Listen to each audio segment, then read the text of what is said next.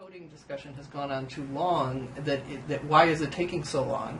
Well, I know because courts take forever, and because of what Jan said, it's the concern about the defensibility. From my perspective, after 13 years, I think it's actually been adopted rather quickly, because if you remember back at the change of the century, the millennium, we were arguing whether email was responsive or relevant. Fair enough. And then we were arguing, is it going to be native file production or TIFF? Yeah, because we were explaining what lawyers. About the attachment. Yeah, we asked them, how do you TIFF a video? How do you TIFF a spreadsheet? Well, it's also, they were obsessed with base numbers from the old era, and then I do probably as much work in Excel as I do in Word. Yeah, but a base number, if you look at a court, if you are there, you have like a terabyte of data. And, there's all these busy, expensive people, lawyers, judges, jury. How do you refer to a page? By a base number, by a page number. Yeah, that's how it works. That's the most efficient. You have to quote, you have to. Yeah, but if you're in Excel, you can do a cell number.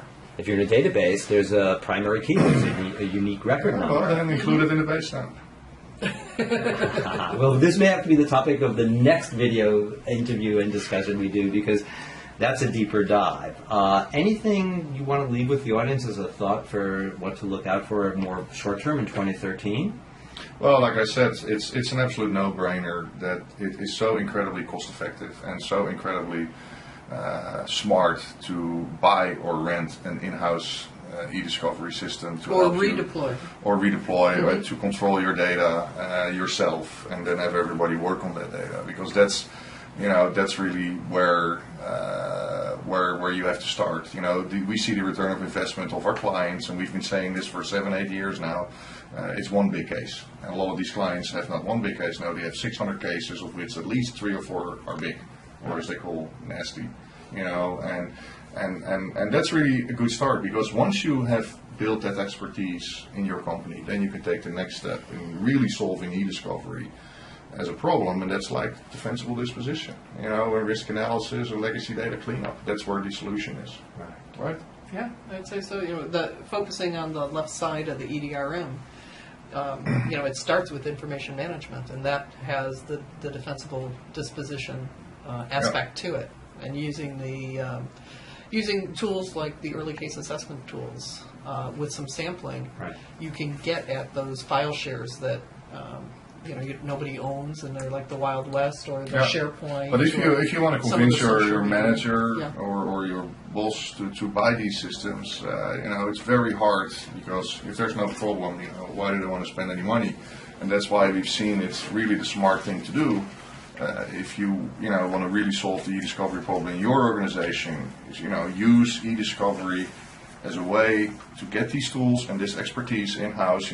Companies like us, we have the software, not only the software, but also proven methodologies that refer to existing case law, making it very defensible. And then, after that, you don't need to spend any more money to start doing all these other things that really solve the e-discovery problem.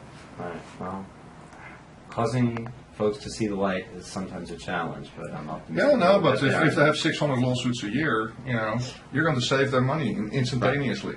That's a good motivator. And like I said, it's a no-brainer. And then after that, you can do all that other stuff. Don't try to sell them a proactive system without, the real necessity and compelling event that they have a lawsuit going on right now. It's hard.